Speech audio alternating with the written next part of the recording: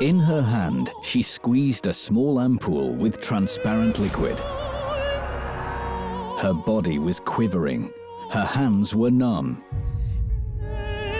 Evgenia was staring out of the window with a vacant look, just for a moment, to see and remember. She heard footsteps in the corridor and hid in the corner of the hospital ward.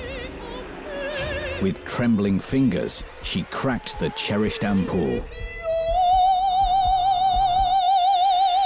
closed her eyes,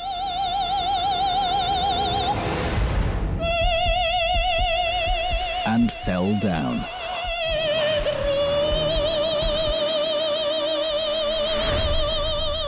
Doctors weren't able to save her life.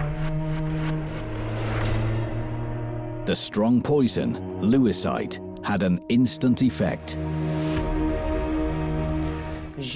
The woman who had committed suicide was called Evgenia. She was the wife of the People's Commissar of NKVD, Nikolai Yezhov. She had taken the poison under the instruction of her powerful husband. Thus, she avoided the terrible torment suffered by her elite friends in the Lubyanka torture chambers. The famously beautiful Kremlin wives.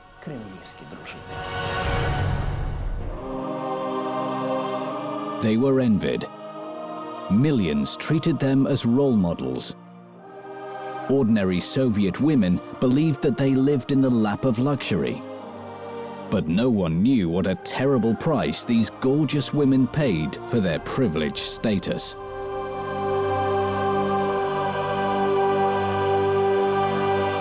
They were rotting in labor camps and committing suicide to avoid being massacred in the torture chambers of the NKVD. They were tortured, humiliated. No one could help them. Their all-powerful husbands were merely the puppets of Joseph Stalin.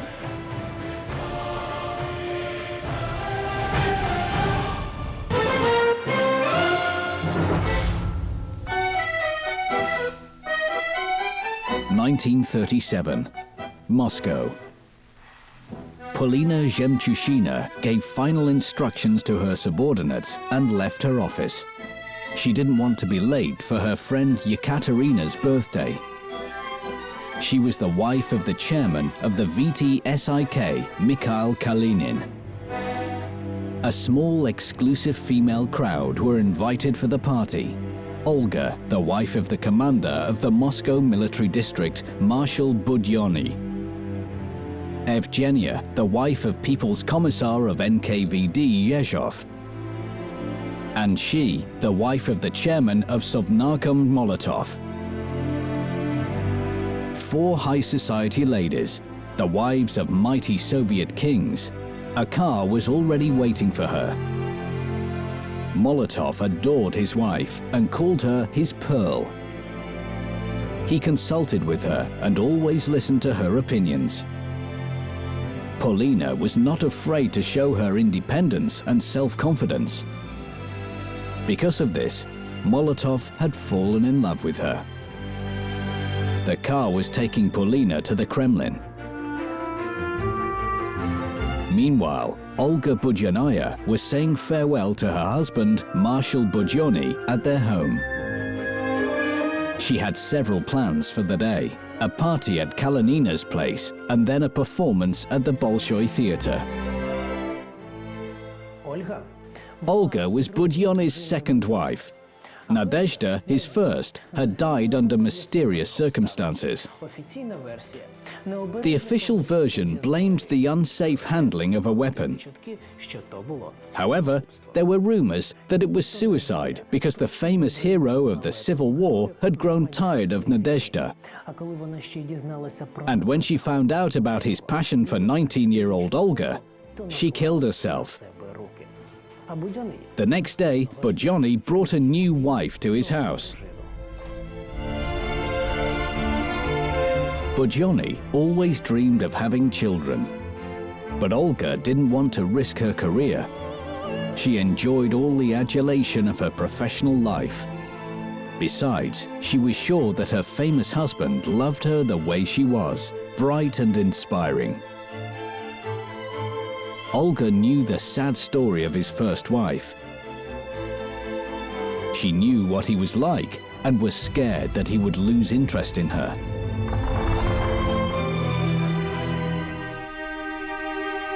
The car was driving through the streets of Moscow. Olga was watching people with interest. Suddenly, she noticed a familiar figure. Yes, it is Evgenia Yezhova. Who is she talking to so animatedly? Olga smiled to herself. Not her husband, obviously. Since her youth, Evgenia was addicted to Bohemia. Living in Odessa, she met famous writers such as Katyev, Ilf, Petrov and Babel. She was artistic and cheerful, always interested in remarkable people. Once, she believed that Nikolai Yezhov, silent, mysterious and attractive, was one of them. Friends would ask, "What did you see in him? He's short, ordinary, nothing special." She replied, "He's a rising star." With her woman's intuition, she could tell this guy was going places. But her insight came too late. It turned out that he was silent because he had nothing to say. When filling out forms in the gap-marked education, he would proudly write, "Incomplete hire." Evgenia was trying to interest her husband in books, theatre and music, but in vain. Apart from his work, the People's Commissar of the NKVD, Yezhov, had no interests. She and her husband were gradually drifting apart. He became closed and distant and paid less and less attention to his wife. Evgenia drowned her sorrows in the arms of other lovers. She hoped it might excite her distant husband. But all in vain. Yezhov didn't seem to notice. Soon, Evgenia would regret tying herself to this terrible man. His work would become her curse, and escaping it would cost her her life.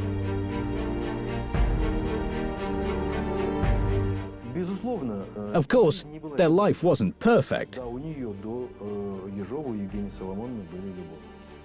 Yezhov Evgenia had lovers. There was Uritsky, the editor of Krestianskaya Gazeta, and Babel. Yezhov also had affairs, and not only with women. A klaxon sounded. Evgenia turned and saw Olga. What good luck! Now they can go to Kalanina together. The party preparations at the Kremlin apartments belonging to the Kalanins were almost over.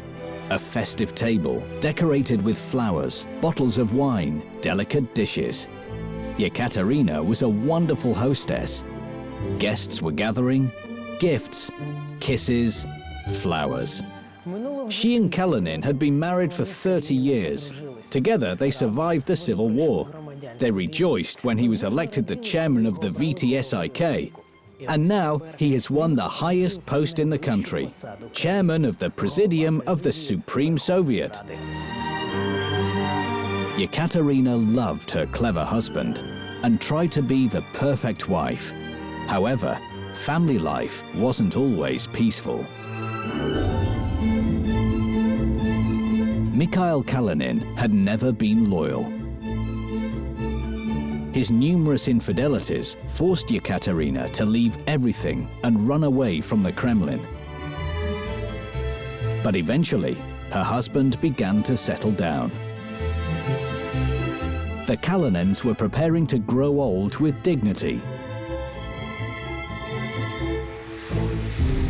Parties, friends, sincere smiles. Yekaterina thought, that's what happiness is all about. But Kalinina began to wonder whether the good life was just a wonderful dream. The life of a prisoner who sleeps in a damp cell, freezing cold, and suffering constant beatings. No sleep or food. How could she imagine such a life? Music, singing, poetry. They decided to take a picture to remember the good times. Splendid, successful women smiling into the camera. But none of them could have guessed that in the silence of Stalin's office, their future had already been mapped out. And this picture would be the only reminder of their happy, carefree lives.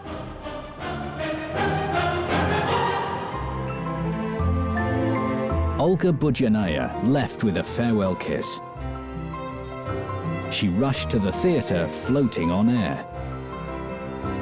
For her, each performance was a dream come true. With a sparkle in her eye, Olga ran backstage. "Comrade Budyanaya, you are under arrest." Stunned, Olga didn't say a word as she was removed from the theatre and bundled into a car.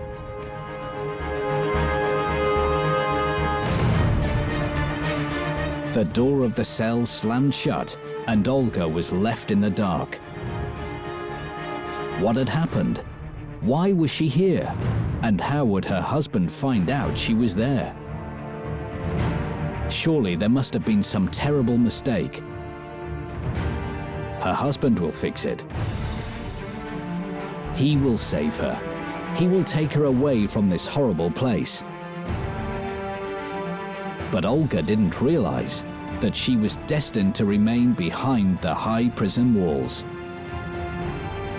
And that influential Budyonny, the war hero and Stalin's favorite, wouldn't even try to rescue her.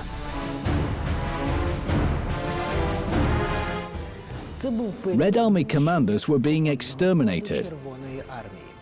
The trial of Marshal Tukhachevsky had begun.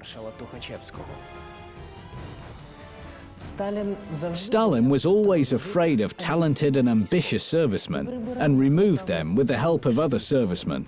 The hero of the Civil War, the national favorite Budyonny, seemed perfect for the role of prosecutor. And to ensure his good conduct at the trial of Marshal Stalin, he was ordered to take his young wife hostage. Budyonny understood there is no point in contradicting. He knew Stalin. If he had already decided about something, he was unshakable. But what exactly did Stalin want from him? To take part in the trial? Good, he will prosecute, especially since he hates this young upstart Tukhachevsky. Budyonny thought that his obedience would guarantee Olga's release, but he was wrong. Stalin's plans concerning him were more far-reaching. He needed faithful soldiers, devoid of any human weakness. He would only tolerate mild drinking. Stalin was extremely suspicious of friends, wives and girlfriends. And so they were all banned. She returned to consciousness after a blow to the stomach. Instead of a scream, she could only manage a weak wheeze. She pleaded with them to stop. The tortures continued for 2 days. The men in uniform demanded only one thing of Olga: to sign the protocol.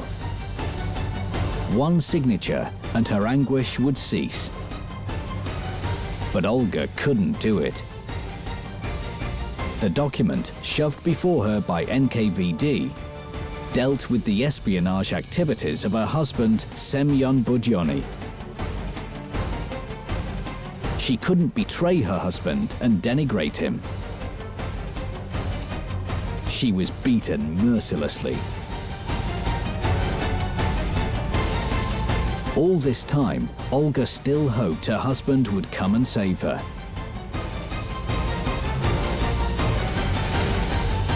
But the miracle never happened. Exhausted by all the torturing, Budyonnya finally gave them her signature. This was an unheard-of method of controlling the state machinery. A method invented by Joseph Stalin himself. Under fabricated suspicion, a party official's wife was arrested, forced to write a denunciation of her husband, and then sent to a gulag camp and kept there as a lure. Controlled by fear, their husbands became reliable executors of Comrade Stalin's will. The method, although extremely cynical, was very effective. She was lying on the cold floor of the chamber, feeling numb. Beaten, defiled, devoid of any hope of salvation. Olga was recollecting the last happy hours of her life. Yekaterina Kalenina's party and all her friends. She burst into tears. Why was fate so cruel to her? The memorable party continued. Evgenia Yezhova kissed Kalenina and hurried home. In a little square near the Kremlin, her old lover was waiting, the famous writer Isaac Babel. Kissing and holding hands, they walked along the lane. They didn't notice a man in civilian clothing watching them from close by. Evgenia sneaked into the bedroom, turned on the nightlight, and jumped with surprise. Her husband was sitting in the armchair.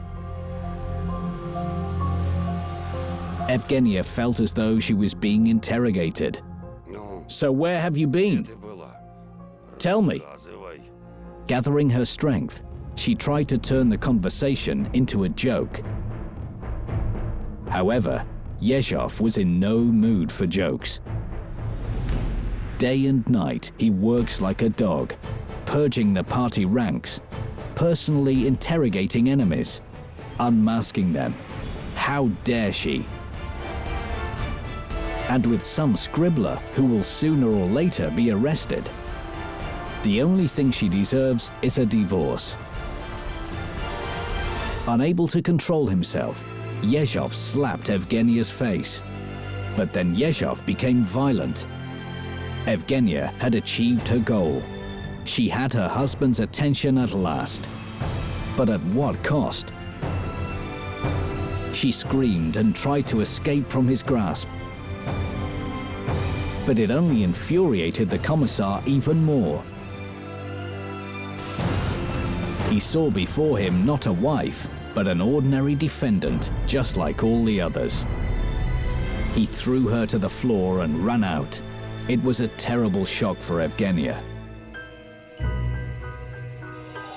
Instead of awakening love and tenderness in her husband,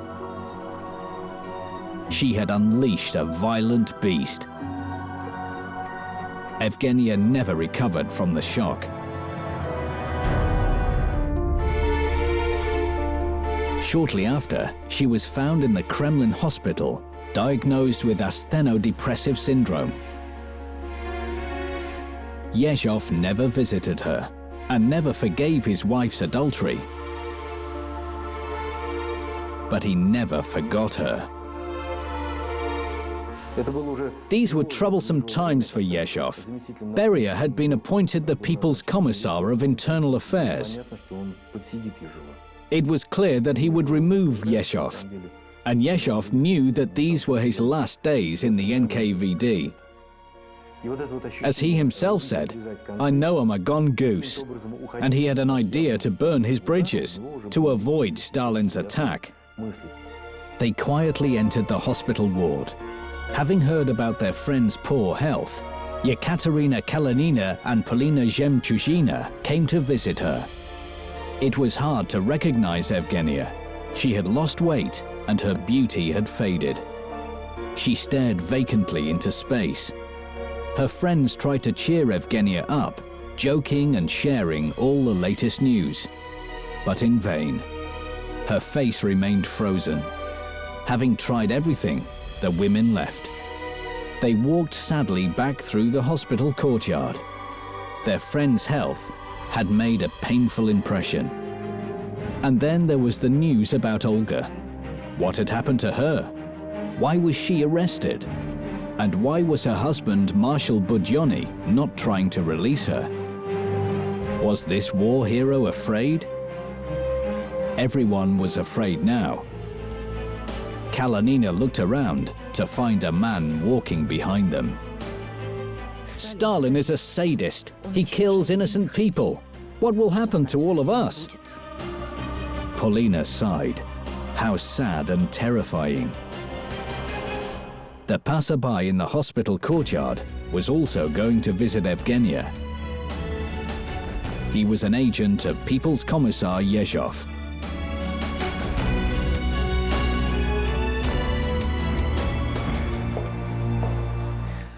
Yezhov's couple had an agreement. If the situation becomes critical, Yezhov gives a sign. This sign was to be this trinket. It was brought to the hospital by the man whom Kalinina and Zhemchuzhina had thought was a casual passerby.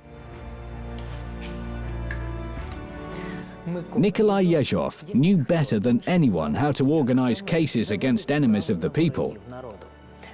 He was an author of many of them himself, and lately he felt that his post was under threat. Yezhov just learned that he had been transferred from the post of chairman of the NKVD to the position of People's Commissar of the fishing industry. Now, according to the scenario, his wife was to be arrested. The agent entered the ward. Evgenia immediately recognized her husband's assistant. He placed a small casket on the bedside table and walked away. She looked at it with horror.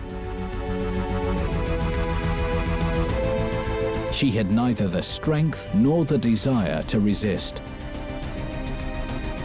A nervous breakdown had taken away all her energy.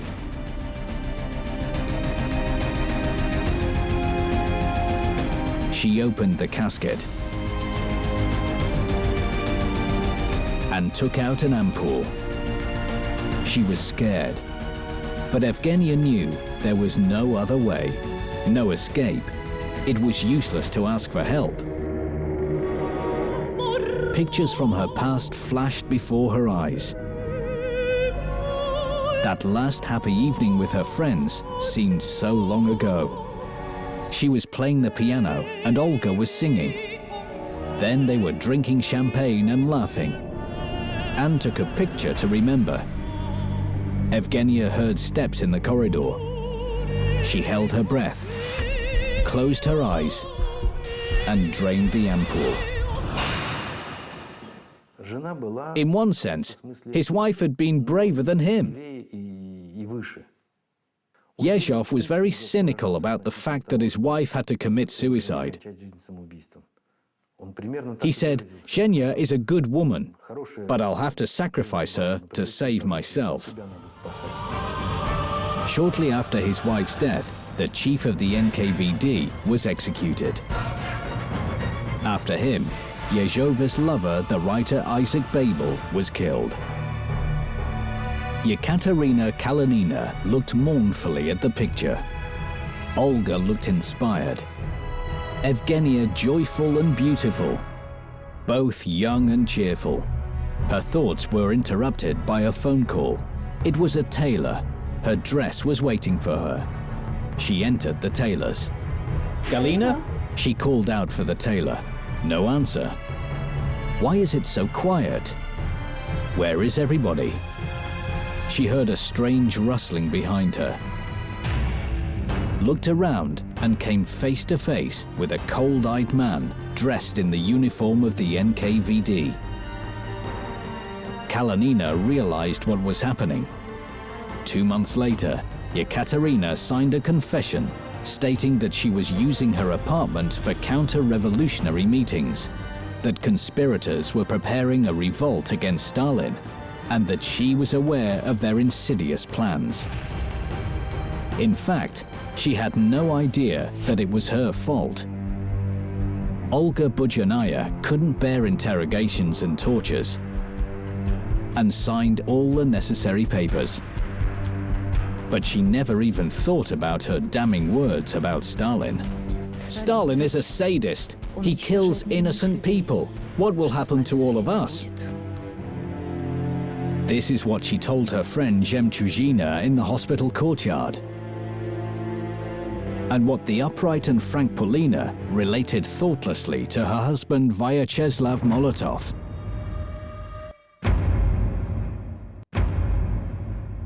Thus signing her friend's death sentence.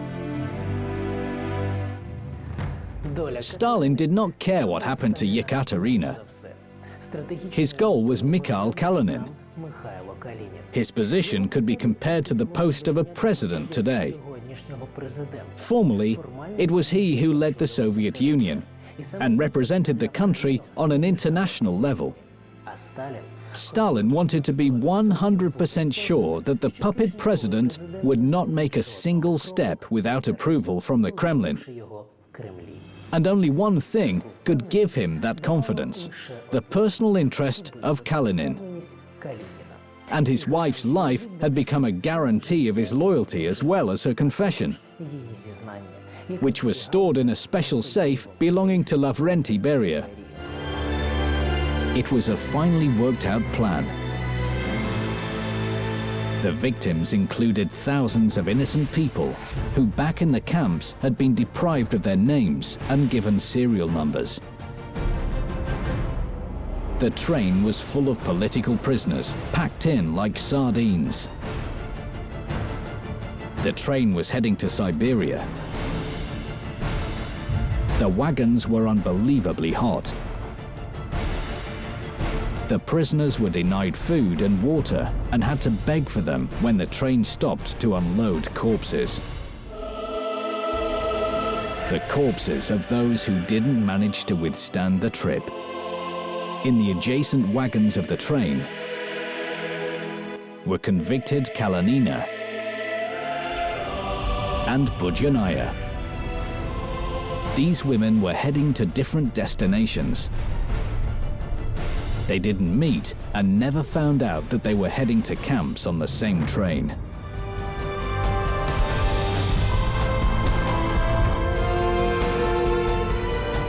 The heat of Kazakh steppe. No clouds, no wind. Scorching sun, thirst and permanent fatigue. Under these conditions, the prisoners of Akhmalinsky camp, including wives of traitors, were building roads. Yekaterina Kalinina, along with the other women, were carrying huge iron girders. As a dangerous criminal, she had to do all the heavy work under supervision. She didn't realize that back in Moscow, old Mikhail Kalinin was begging Stalin to show mercy to his wife.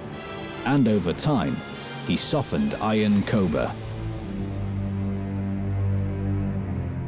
In the camps, there were 3 special departments where traitors' wives were concentrated. They were in Temnigovsky, Siberian and Karagandinsky camps.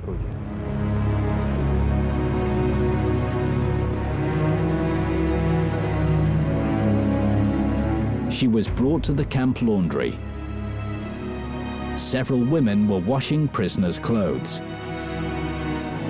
This became her new workplace. Endless supplications from her husband finally paid off. By special order, she was transferred to easier work, cleaning prisoners' clothes. The so-called work with a pull saved Yekaterina's life. She was allowed to correspond with her husband. She received letters, already opened, creased by other people's hands, defiled by others' eyes. But she did not care. They were the only thread connecting her with the past, with her old life and beloved husband. Kalinin never stopped hoping. Month after month, year after year, he begged Stalin to release his wife. He cried openly without shame, abased himself.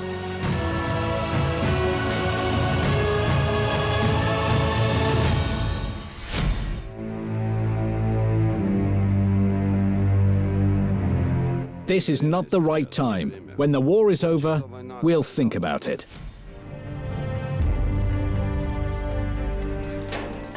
Stalin kept his promise. On May the 9th, 1945, he gave a personal order. Comrade Kalinina must be forgiven immediately, released and sent to Moscow. Joseph Stalin. World War II had just ended. The country was celebrating victory. Why not afford a royal gesture? Kalinin had fulfilled his duties. He diligently played the role of the president, pretended to make decisions at state level. In fact, for many years, not a single uncoordinated movement or word, only obedience and loyalty. As a reward for his obedience, his wife was returned safely. The train took her to Moscow. Yekaterina looked around cautiously. People passed by without noticing her. Nobody was following her. She did not know what to do now that there was no reason to be afraid, or ask to use the toilet, or go to bed when she was told. Everything had changed, but what's in it for her? Once smart, confident and lively, Yekaterina felt as though she was dead. Ruined from the outside and burnt from the inside. She couldn't let her husband see her like this. She loved him too much, and was afraid he would not want to be with her. Yekaterina didn't return to the Kremlin so as not to upset her husband. She settled in the dacha, and yet Kalinin tracked her down.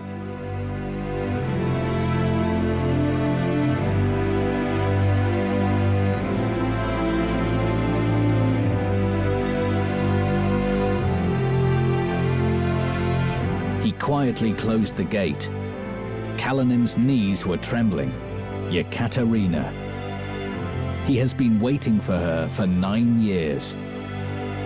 And now they were finally to meet and talk and start a new life. They will age peacefully together, just as they had dreamed. He saw a hunched woman working in the garden.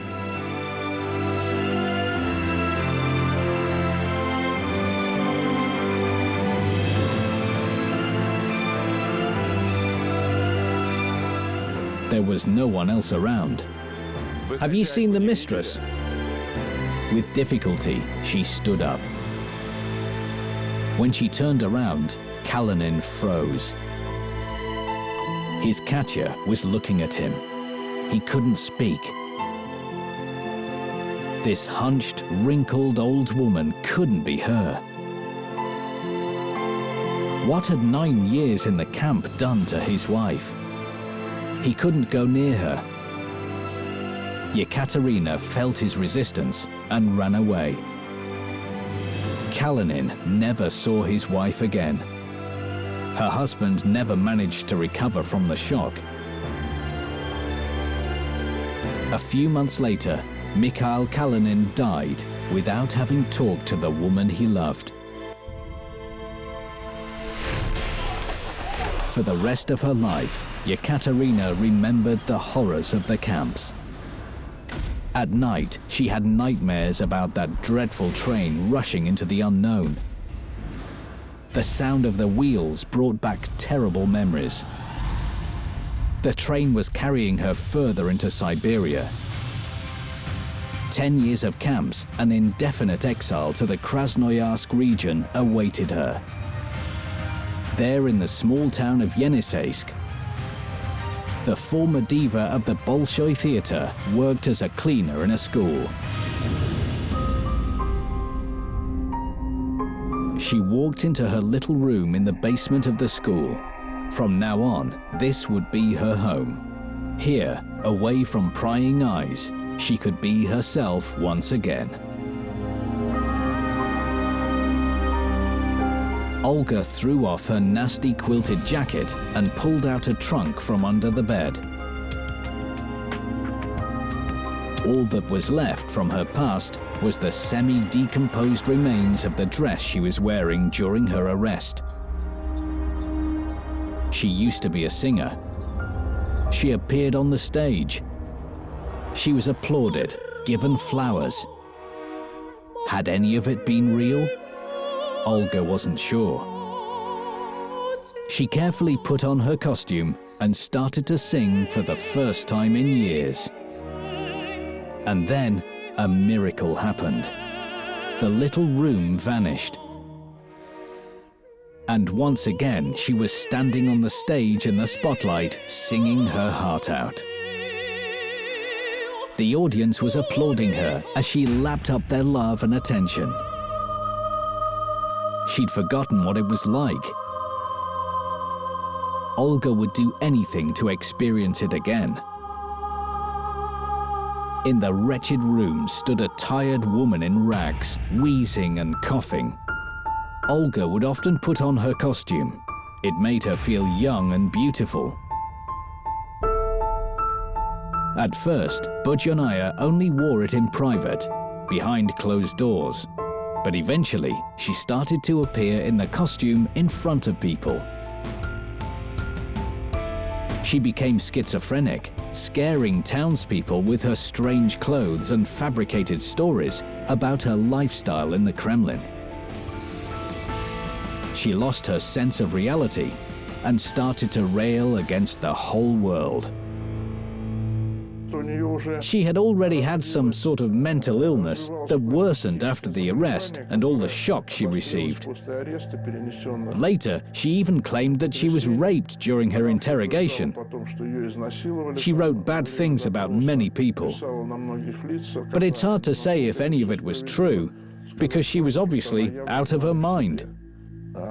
She was already seriously ill. She could not live by herself. She had to be taken care of.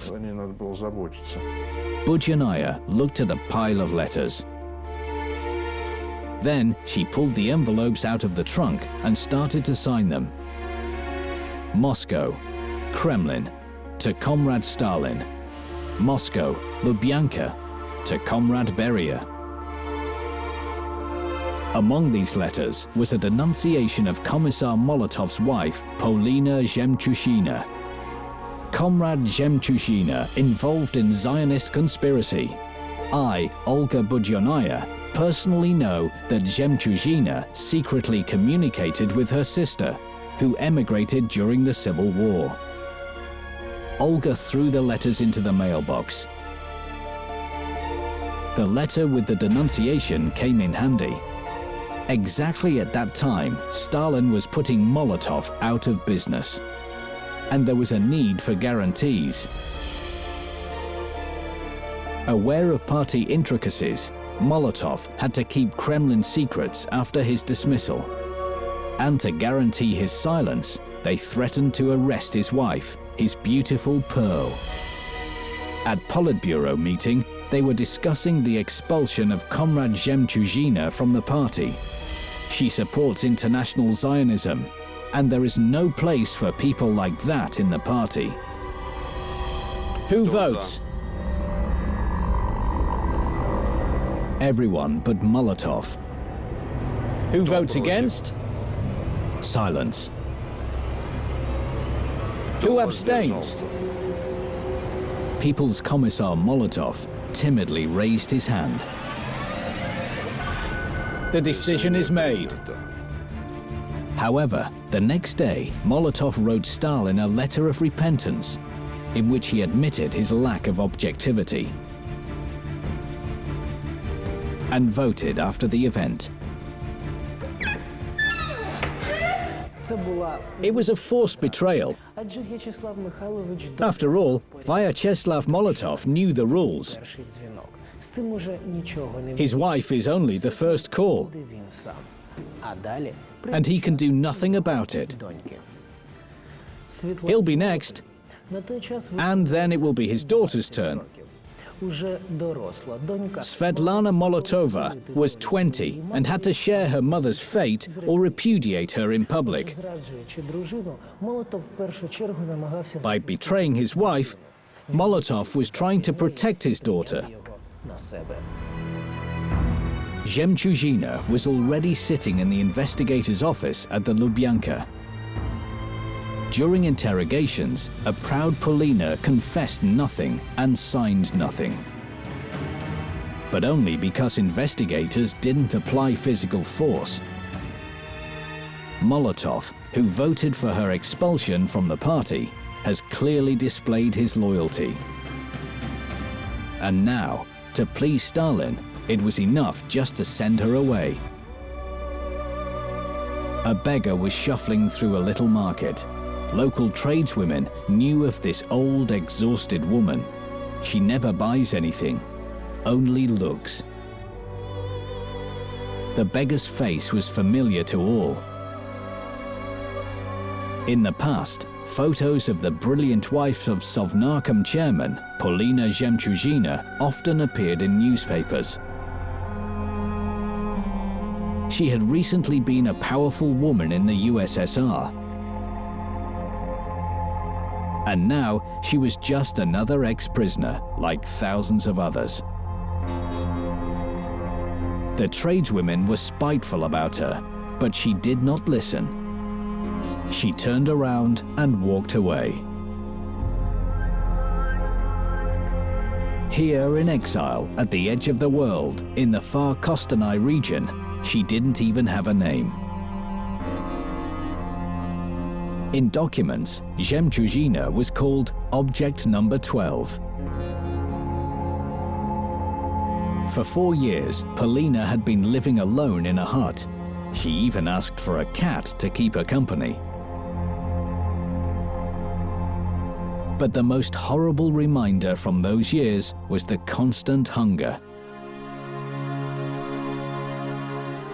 Only thoughts of her beloved husband had kept her going.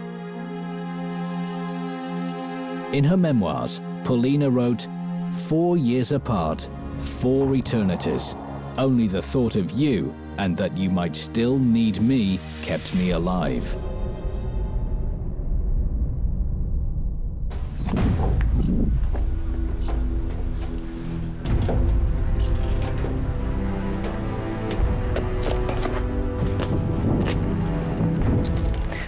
In January 1953, she was secretly brought to Moscow for supplementary investigation. This time because of a so-called doctor's case. Then, already gravely ill, Stalin received a denunciation claiming that a group of medics was organizing a plot, and their goal was to poison the faithful members of the Politburo and Comrade Stalin himself. In response, the leader declared the hunt was on for criminals in white coats. And since most of the accused doctors were Jews, they began to look for a connection to international Zionism. Molotov's wife was treated with partiality. Polina was sure, this time Stalin will not content himself with exile. And she was ready to face her death with dignity. But fate decided otherwise. On March the 5th, 1953, Stalin died. The USSR was plunged into mourning. On March the 9th, the whole country said goodbye to the father of nations. A gloomy Molotov was sitting in his office. Ironically, March the 9th was his birthday. Once upon a time, he and Polina had arranged exciting celebrations. His wife prepared surprises, wrote poems.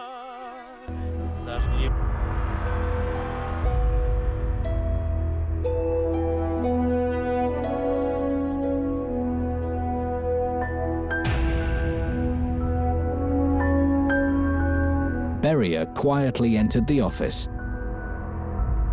Mielich, what present would you like for your birthday?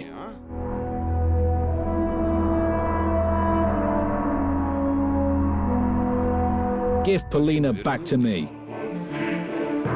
Polina walked into the investigator's office and froze. At the desk sat Lavrenti Beria himself. Her heart sank. That's it. The end. Why is he here? The chairman of the NKVD came out from behind his desk and handed her a document. It was a letter of pardon. She blacked out. Polina fell to the floor. The same day, Polina Zemchuzhina, exhausted by torture, was returned to her husband. A worker from the NKVD carried her to the apartment. She could not walk on her own. Sitting by her bedside, he looked at his wretched and ruined Zemchuzhina. There were no tears, no words. In 1953, the period of rehabilitation started. Immediately after Stalin's death, a review of cases of repression was announced. Many people convicted under the infamous Article 58 were released. The case reviewed. Components of crime not found. Not found. On the street, people appeared carrying the same plywood trunks, former political prisoners.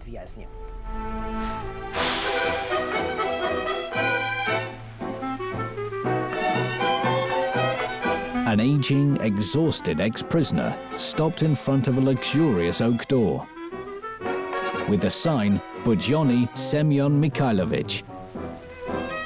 Few would recognize her as the former beauty, Olga Budyonnaya.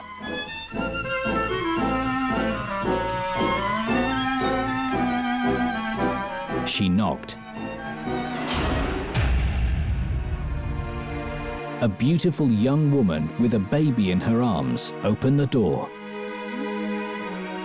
She looked at the stranger with surprise. "Who do you need?" Olga froze. It was her cousin Maria. Budyonny married her as soon as he learned that Olga had been given a life sentence.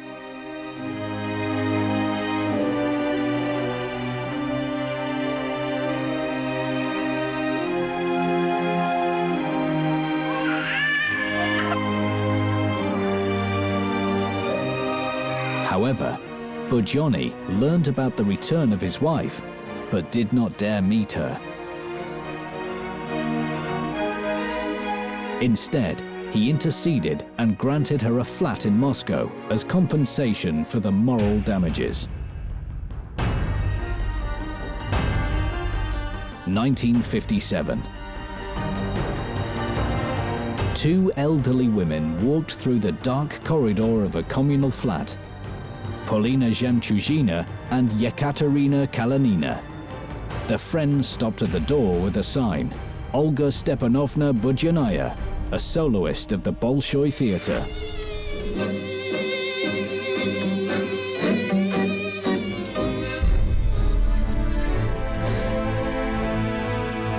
Olga was laying a table with newspapers instead of cloths.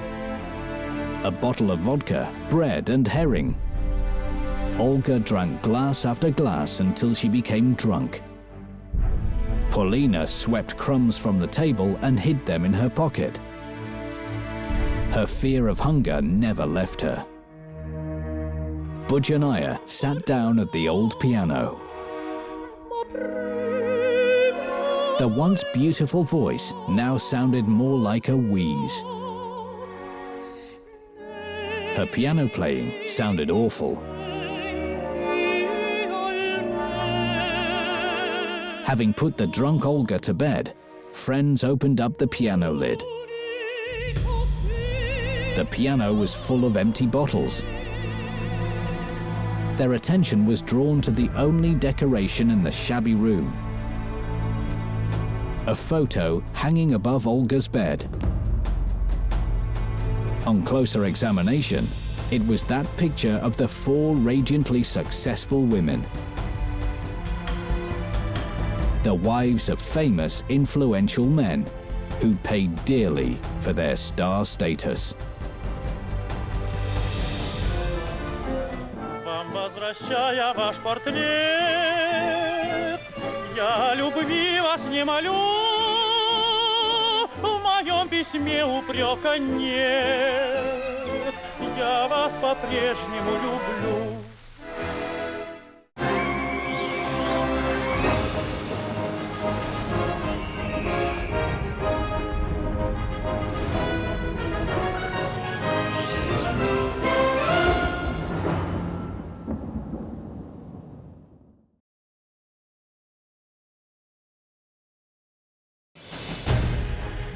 They were poisoned, shot, and deliberately killed in road accidents.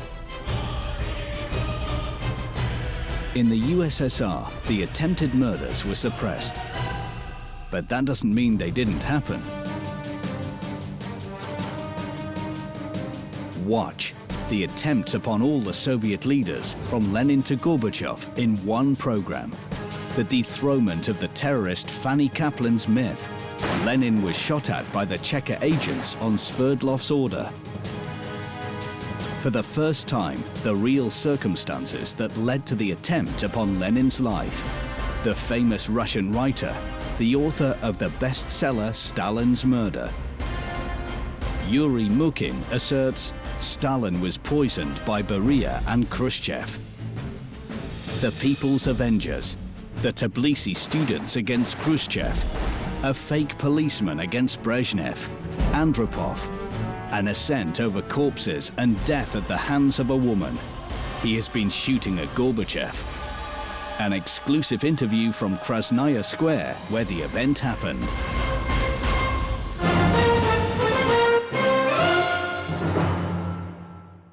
The only time Soviet newspapers announced an attempt upon a state leader was when assassins tried to kill Lenin in August 1918. He was speaking to the workers of the Moscow factory of Mikhelson. Afterwards, on his way back to his car, the socialist revolutionary Fanny Kaplan shot at him. This was according to official reports.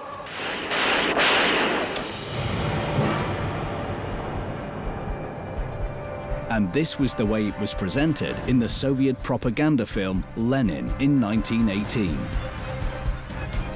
The legend about an insidious social revolutionary's attempt on the life of the revolutionary leader lasted until the collapse of the Soviet Union.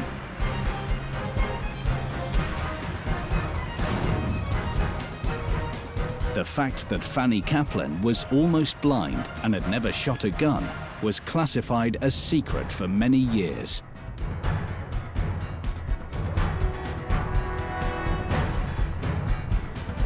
Eyewitnesses and even Lenin himself claimed to have seen a man shooting at him.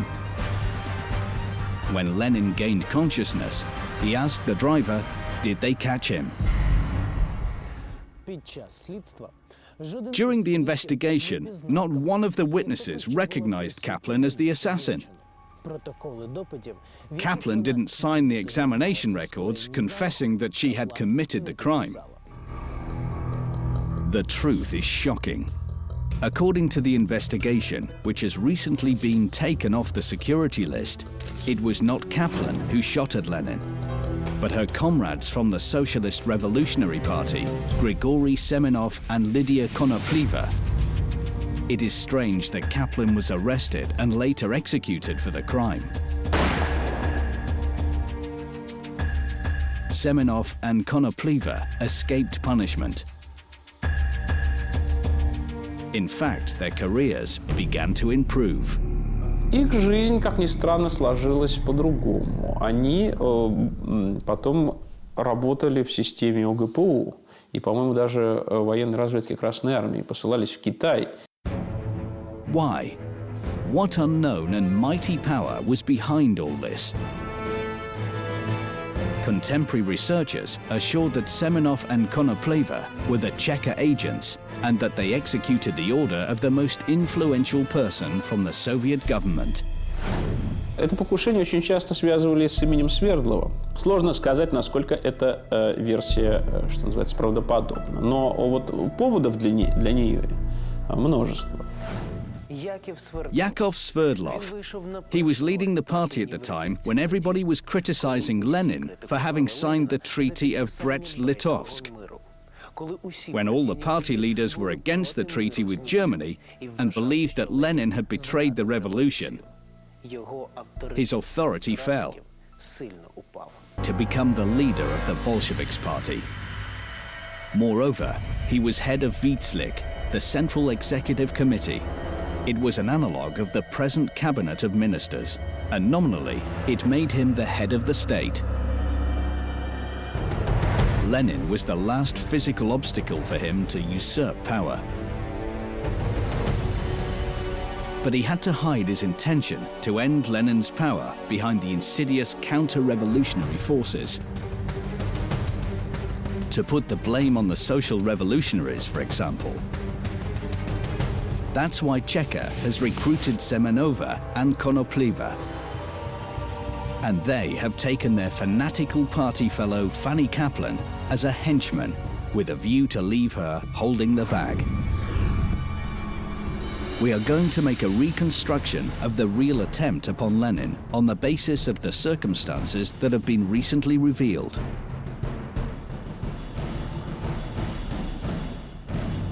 Before nightfall, Fanny Kaplan appeared in the yard of the Moscow factory of Michelson. She asked a worker whether it was true that Lenin had been speaking at the meeting in the grenade shop. The worker confirmed that it was true. Fanny recounted this to a messenger outside in the street. Kaplan did not return to the factory again. 10 minutes later, Semenov and Konopleva arrived.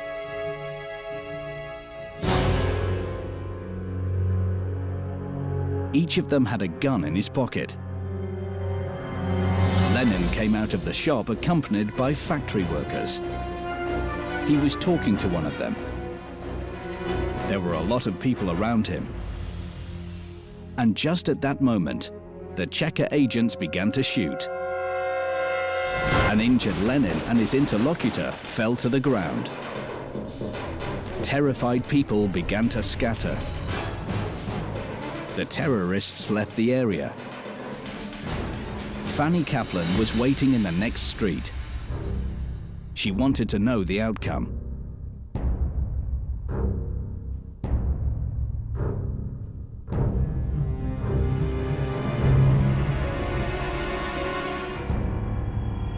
Suddenly, a military man arrested her and took her to Lubyanka.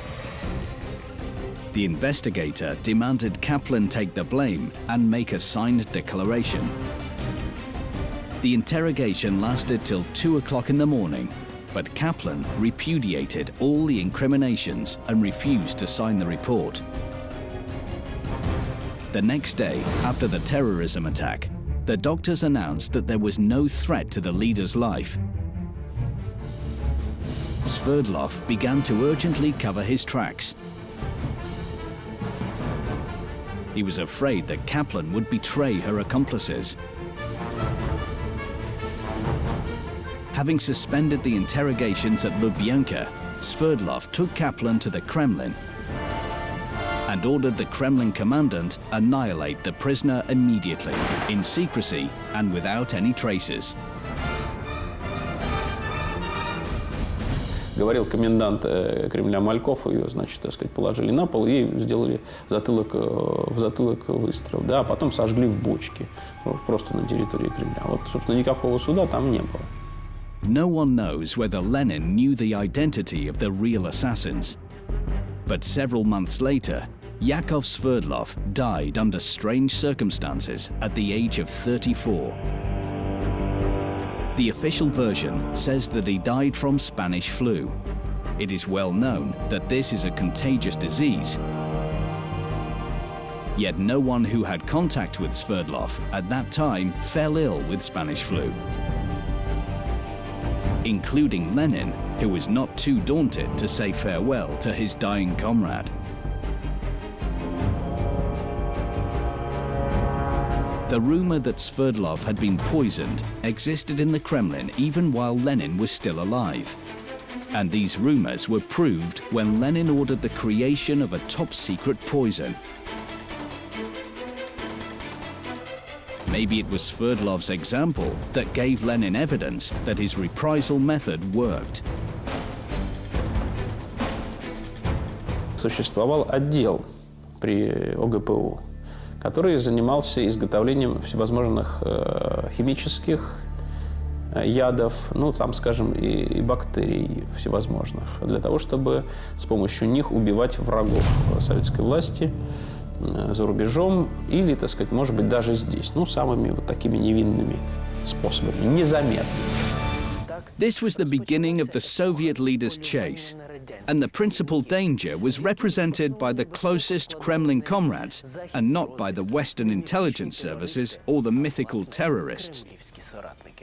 They tried to swallow each other like spiders in a jar, and to enjoy absolute power after that. Coming next, the attempt that did not exist. Why did Beria feign an attack at Stalin?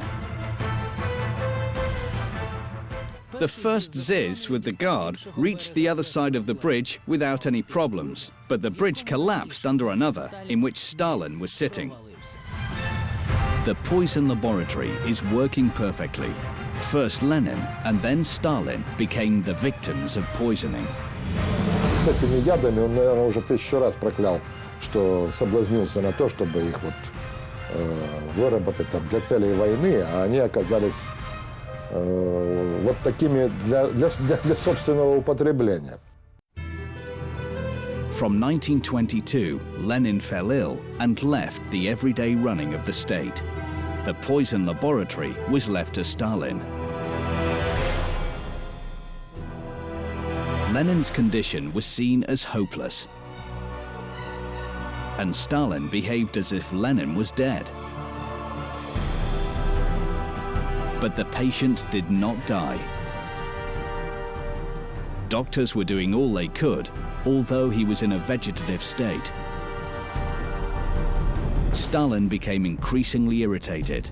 As long as Lenin was still alive, Stalin could not become head of state. He had to take action. The catastrophe happened on the morning of January the 21st, 1924. Lenin suddenly felt unwell. The cook, Gavril Volkov, asserted later that he had brought him breakfast, but the leader didn't eat it. He wrote a note to the cook in barely legible handwriting. Gavrilushka, I have been poisoned. Tell Nadia and Trotsky. Tell everybody. This fact was revealed for the first time by the writer Vladimir Solovyov in his book Operation Mausoleum. He was referring to the reminiscences of Leo Trotsky and the evidence of a Russian immigrant, Yelizaveta Lesotho, who asserted that she heard it in Moscow in 1924 from the cook Volkov himself. Soon after, he sent a note saying that Lenin had fainted. 1 hour 20 minutes later, he died in terrible pain.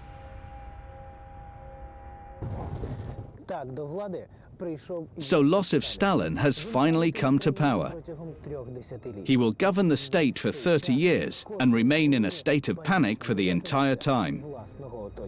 Even while going from the Kremlin to his dacha, he dictates to the driver where he must turn. What if his comrades have placed snipers in his path? Stalin made only one error, but it was a fatal one.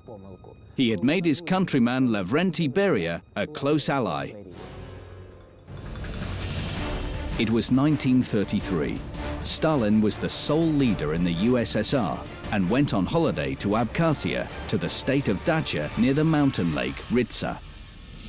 The cars in his cortege were armored. The Guard was in the first car. Stalin was in the second. In the third were Beria and the People's Commissar for the Internal Affairs of Georgia. In the fourth were the domestics, and in the fifth was the Guard. Suddenly, Beria stopped the cavalcade and asked Stalin to move to the fourth car. The leader did what he was told. Beria joined him. The domestics moved to the second car. Stalin nervously asked why they changed places. Beria replied that he had had a sense of foreboding. They easily crossed one bridge, but on the second, something incredible happened. The first Ziz with the Guard reached the other side without any problems. But the bridge collapsed under the second car in which Stalin had been sitting. The Guards surrounded the fourth car where Stalin now sat and began to shoot in all directions. Because the car had stopped, it was a prime target for terrorists. But there were no terrorists near the bridge. Stalin didn't realize that the act of terrorism was just a show organized by Beria to show the father of the People's Republic how devoted and irreplaceable he was. The leader repaid his kindness. He took his rescuer to Moscow and nominated him the People's Commissar for the Internal Affairs of the USSR. But that was after the famed act of terror that caused Stalin to fear for his life. Сталин сам, в общем, измышлял покушение на себя очень часто. Да? И даже был подготовлен целый фильм еще в 1937 или 1938 году, один из первых советских сериалов, он, кстати, так на экраны и не вышел, о том, как Троцкий готовит покушение на Сталина. Ну, в действительности, Сталин подготовил покушение на Троцкого и, в общем-то, его и осуществил. Но именно Троцкого он боялся как возможного покусителя на себя. But we have not succeeded in finding any evidence of an attempt on Stalin's life. His comrades were intimidated. The people were misled by the propaganda about the much-loved leader. Then there was a fearful war. And the great victory was attributed to Stalin using the same propaganda.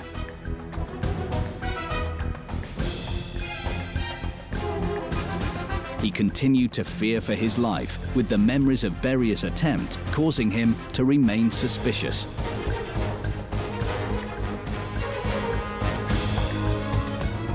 The famous Russian writer, the author of the book Murder of Stalin and Beria, Yuri Mukin, was convinced that the last years of Stalin's life were full of fear for his own life. Он подозревал о том, что что-то может быть. Подозревал он по поводу пищи. Охрана говорит, что однажды он приказал перебить, ему привезли вино с Грузии, он приказал его уничтожить. Что-то, какие-то соображения были. Вот вы ему приписывали лекарства. Да, вот он рецепт я оставлял, лечащий врач лекарства. Допустим, там аспирин или это самое. И вот он, говорит, брал этот рецепт, и охраннику говорит, едь, там рядом какая-то сельская аптека, купи в ней. А эти выбрасывал. It was this weak point, Stalin's maniacal suspiciousness of his former rescuer, Lavrenti Beria. During the late 40s, when the leader's health was in decline, Beria began to clear the way so that he could take over power. It was on the order of Beria that the chief of Stalin's guard, his personal secretary, the Kremlin commandant, and the commandant of Stalin's dacha were arrested. Each of them was declared a betrayer and a counterintelligence agent by Beria. Later, he systematically destroyed all the guards and the doctors who had been in contact with Stalin. They were said to have planned an attempt upon the leader's life. Глава охраны Сталина Власик, который, собственно, был ответственен за жизнь Иосифа Виссарионовича, неожиданно сам становится заключенным. Его самого подозревают, что якобы он что-то тоже хотел сделать против Сталина. Главный инициатор этого события, естественно, Берия. Берия устраивает дело врача. Это дело приводит к тому, что люди, которые лечили Сталина раньше, теперь уже не могут этого делать. В общем, вот эти два важных края обороны в жизни Сталина, они как бы убираются. Now, Beria was sure that nobody and nothing could save Stalin. The trap has closed. Watch after the break. Stalin dies a violent death, poisoned by a woman. И она вызвала сына Сталина. Уже Василий, туда кричал, отравили отца, сволочь. A grenade for the general secretary. What were the Tbilisi students avenging Khrushchev for? A fake or undercover policeman shoots at Brezhnev but hits a cosmonaut. He attempted to assassinate Gorbachev. Alexander Shmonov, the terrorist from Prostok-Vashino. Высшее лицо же невозможно наказать с помощью суда, только террористическим актом, то есть местью за злодеяния.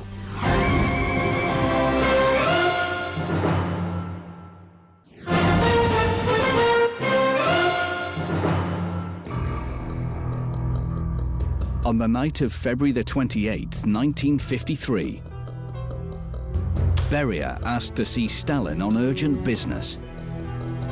In the cabinet at his dacha, he said that he had damning proof against Nikita Khrushchev, who was allegedly preparing an attempt upon the leader's life. Stalin took an interest.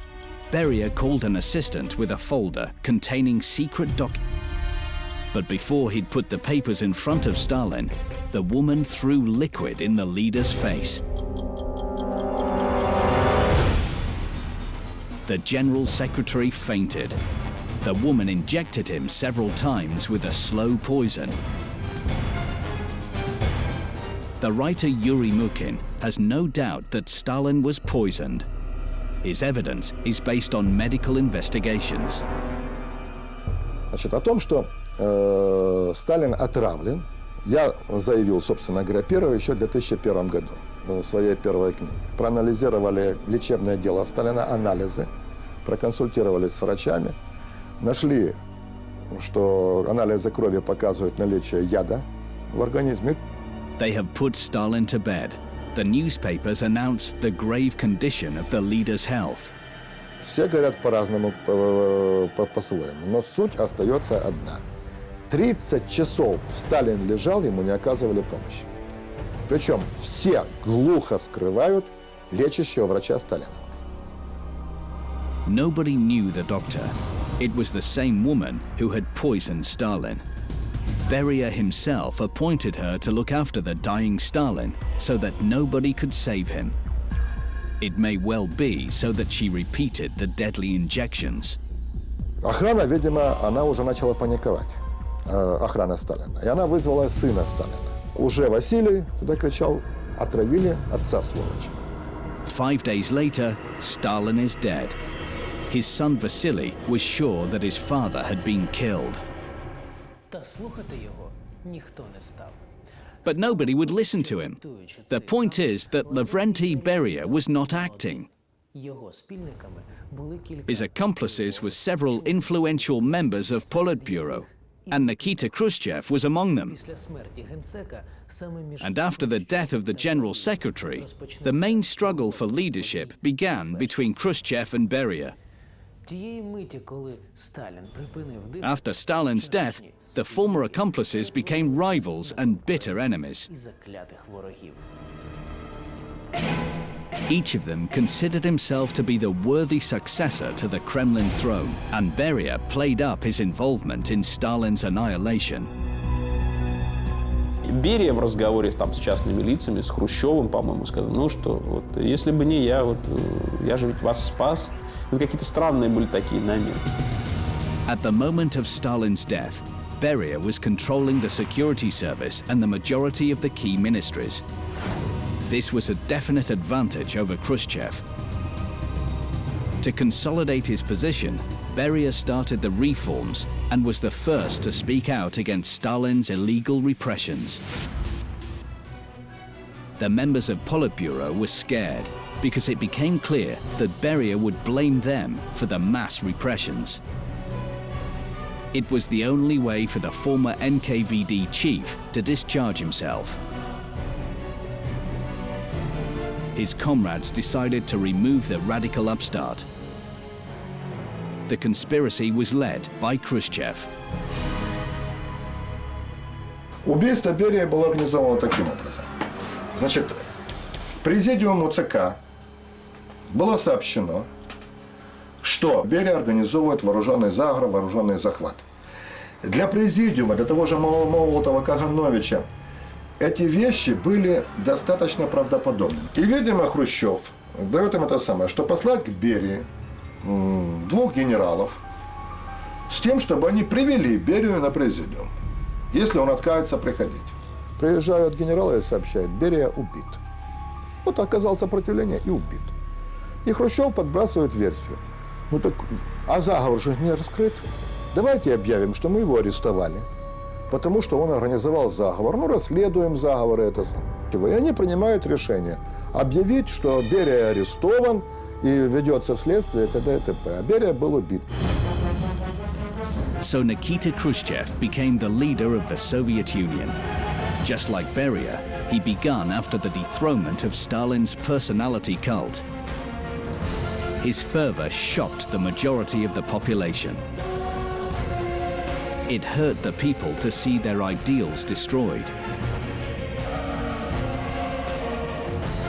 And it was no surprise that Khrushchev's main enemies were ordinary people rather than comrades. Several students from Tbilisi University have taken the anti-Stalin campaign to heart. When they found out that Khrushchev was going to Tbilisi, they decided that Georgia should become his grave. They carefully planned his execution. One of them will stand to the right of Khrushchev's cortege and distract the guard by throwing a shell from the crowd. Meanwhile, the real killer will pelt the head of state with grenades. The Avengers went to a military unit to get some grenades and shells. They bribed a soldier to tell them all they needed for a lot of money. They hid the weapons on the outskirts of Tbilisi. They were terrified, but the young men were ready to do anything for the sake of justice.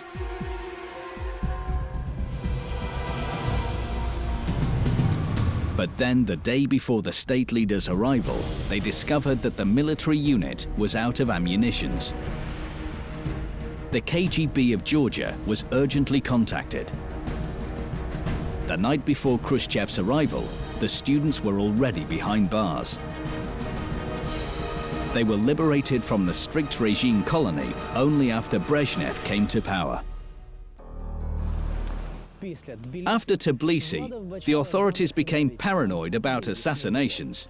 Here's an example: Kiev, Ordzhonikid Street. Now it is Bankova 11.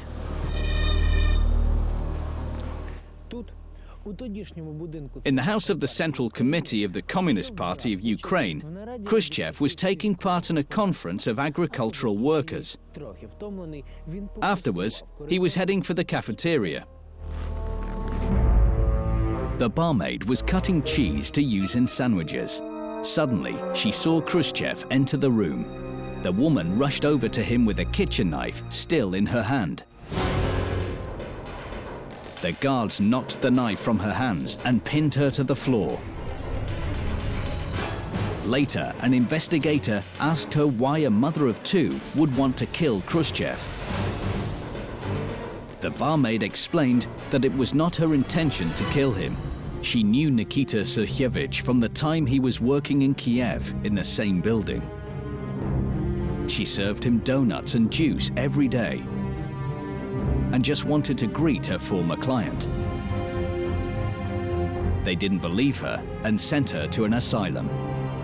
She wasn't married, and so her children were sent to a children's home where they were registered under invented surnames.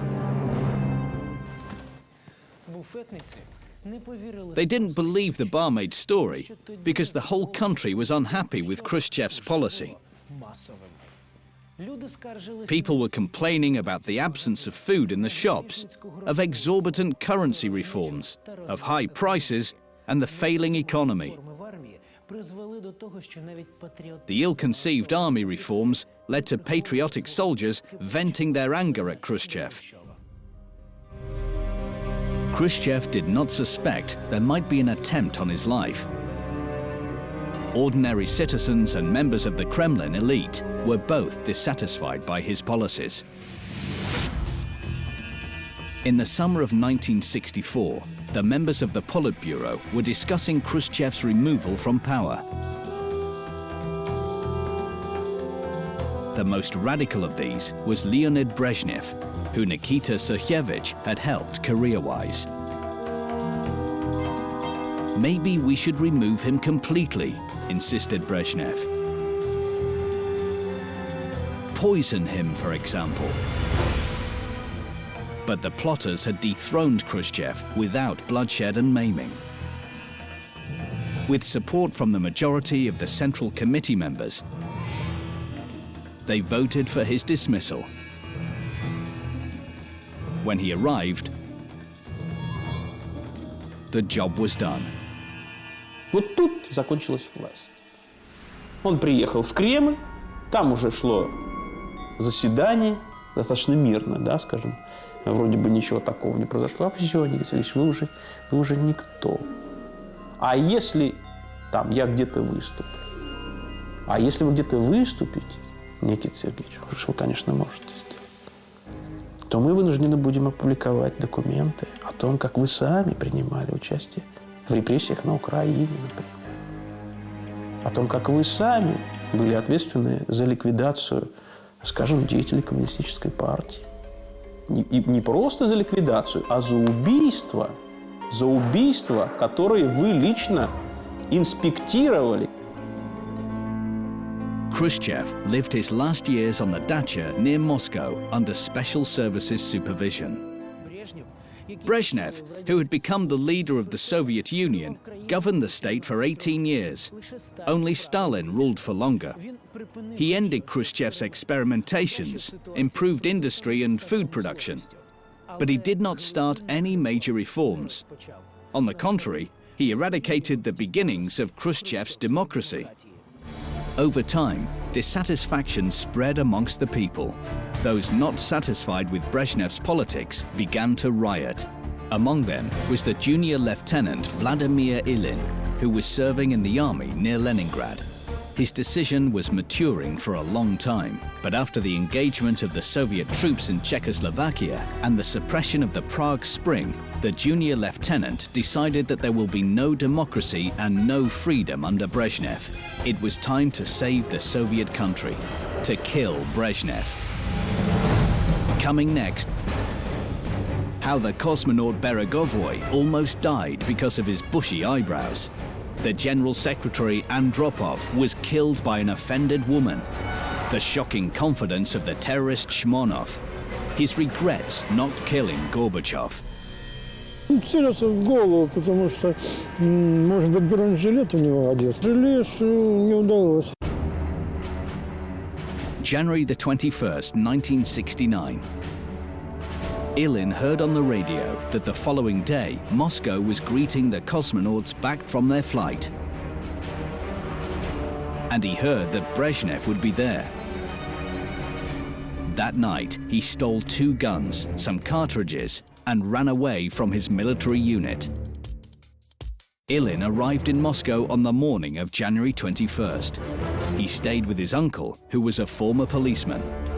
The next morning, he put on the police uniform and prepared to carry out his act of terrorism. He entered the Kremlin without any problems and stopped near the Diamond Fund. "What are you standing here for?" a man asked sternly. "They have posted me here," said Ilyin. The civilian left. Suddenly, Ilyin saw a cavalcade of black cars entering the Kremlin. He recognized Brezhnev in the first Chaika. Or was it him? Ilyin became excited. Yes, it looked just like him.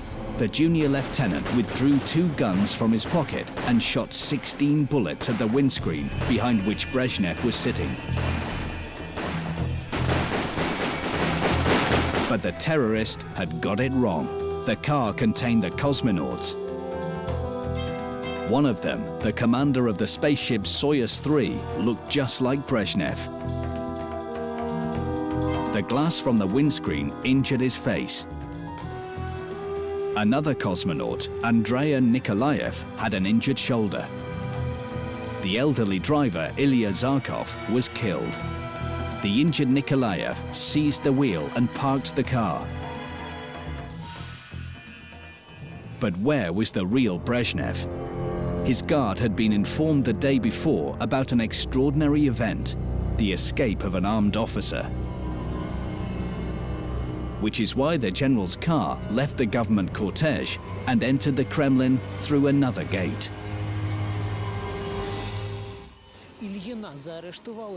Ilyin was arrested on the spot and isolated in a mental hospital for 20 years.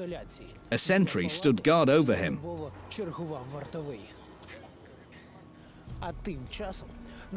In the late 70s, it became evident that Brezhnev would not be in power for long, and the General Secretary aspirants began a new life and death struggle for the throne. The youngest member of Politburo, Fyodor Kulakov, who was 60 years old, had a fair chance. But in 1978, he suddenly died from cardioplegia. The day before, his guard and doctor left his dacha. Somebody had made sure that there was no one available to save the pretender to the throne.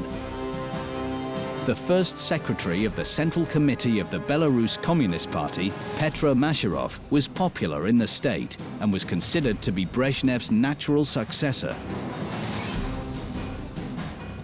But in October 1980, he died in a road accident. A truck loaded with 5 tons of potatoes made way for the first car of the cortege on the Moscow-Minsk road. But then it blocked the way of Chaika, where Masharov was sitting.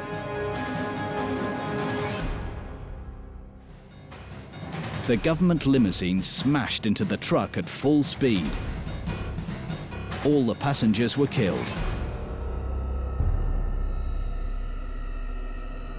There were rumors in the government lobby that the chief of KGB, Yuri Andropov, was behind these murders. He was not considered to be the main contender for the post of General Secretary, but he persistently continued with his aim, ignoring all the corpses.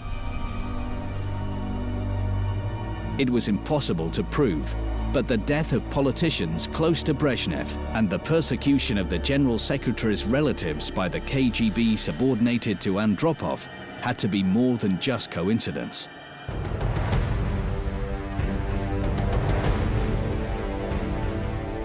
The only rival Andropov failed to remove physically was Nikolai Shiolokov, the chief of another power department of the USSR, the Ministry of Internal Affairs. Andropov demanded that Brezhnev dismiss Shiolokov. He was defending his protege to the last. Only after Andropov became the head of state did he throw Shiolokov out of his job and ordered the KGB to investigate his corrupt activity. The former rival was going to suffer the penalty. But Shiolokov shot himself during the investigation. His wife had shot herself 6 months earlier. But before her death, she committed a reckless act which turned out to be fatal for Andropov.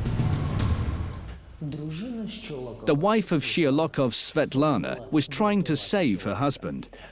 On February 19, 1983, she launched an attack on her neighbor Andropov. A bullet injured the USSR leader's kidneys.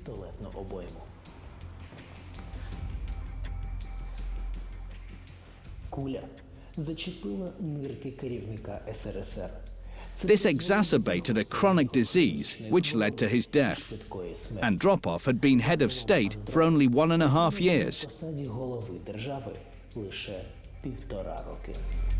In 1984, the state was headed by the extremely fragile Konstantin Chernenko. Before meetings of the Politburo, they would sit him in a chair and place a short speech in front of him. Then they asked the others to come in.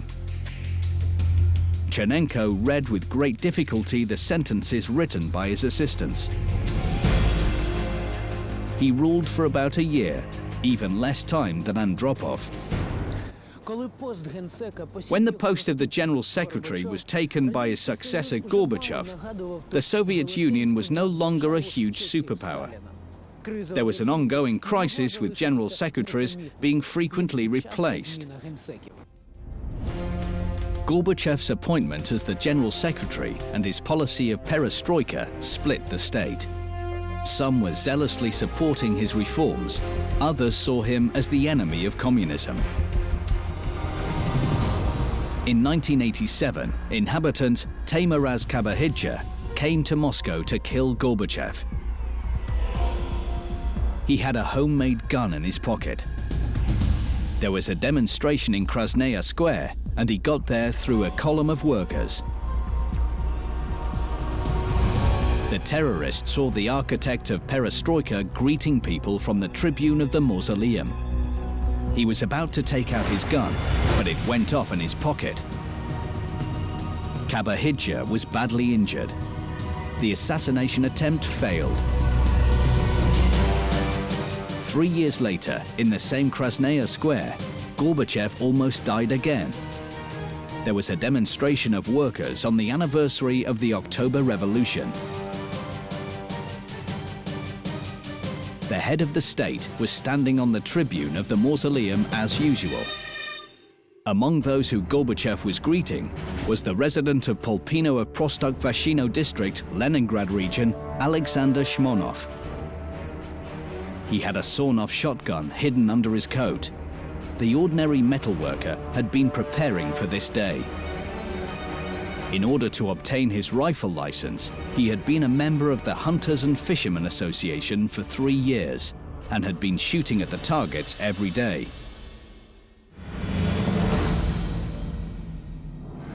Alexander Shmonov talked openly about his secret operation. Кто-то знал про ваши планы? Ну, мы вдвоем были, значит, с человеком. Он с пистолетом. Его задача была ко мне никого не подпускать. А моя задача, значит, стрелять в Горбачева. Но он в последний момент передумал и прошел мимо вместе с колонной демонстрантов. То есть вы поняли, что вы сами остались, да? Да, я все равно решили стрелять? Ну, пришлось, да, все равно решил стрелять. Shmonov took his weapon out in 12 seconds. He was an experienced shot, scoring bullseyes from 100 meters away. There were only 47 meters between him and Gorbachev. The terrorist from Prostok-Vashino took aim. Достал ружье, снял с предохранителя, начал целиться в Горбачева, вот туда вот. Прицелился, начал нажимать спусковой крючок, и в этот момент ко мне подбежал сержант, схватил ружье, ружье дрогнуло, и пуля в этом мавзолее пролетела.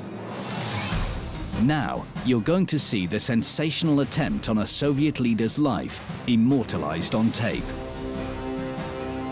It was accidentally filmed by a camera operator of the film unit Darts. A policeman on point duty, Andrei Milnikov, jumped in front of the leader, saving the president's life. he grabbed the muzzle of the rifle and turned it away. The Jacan bullet, with improved penetrating power, flew over the mausoleum. Еще бы, если на полсекунды позже подбежал ко мне этот сержант, то я думаю, успел бы выстрелить прицельно. Он целился в голову, потому что, может быть, бронежилет у него одет. Вот. Ну, жалею, что не удалось. Shmonov was arrested and sent to a mental hospital for 4 years. After that, he was imprisoned in Lefortovo for a further year. Having been liberated, the ex-terrorist wrote a book about his unsuccessful attempt. Shmonov's act of terrorism resonated for years to come. His possessions are still in the Ministry of Internal Affairs of Russian Federation Museum. For example, here is the coat he was wearing on that day.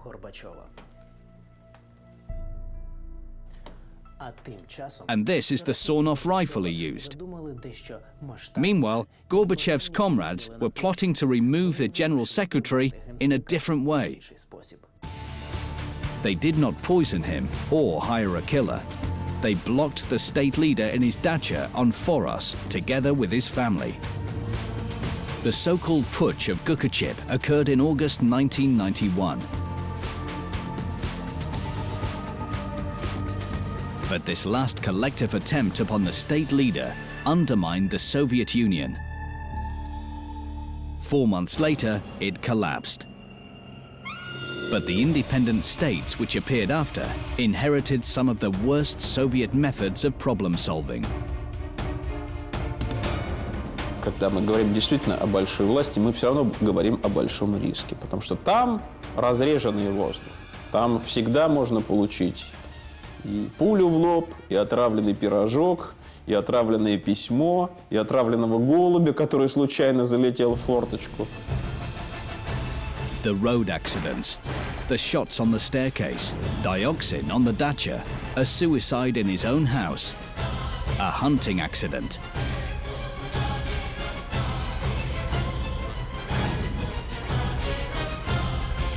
These are just the tip of a huge iceberg that is modern politics.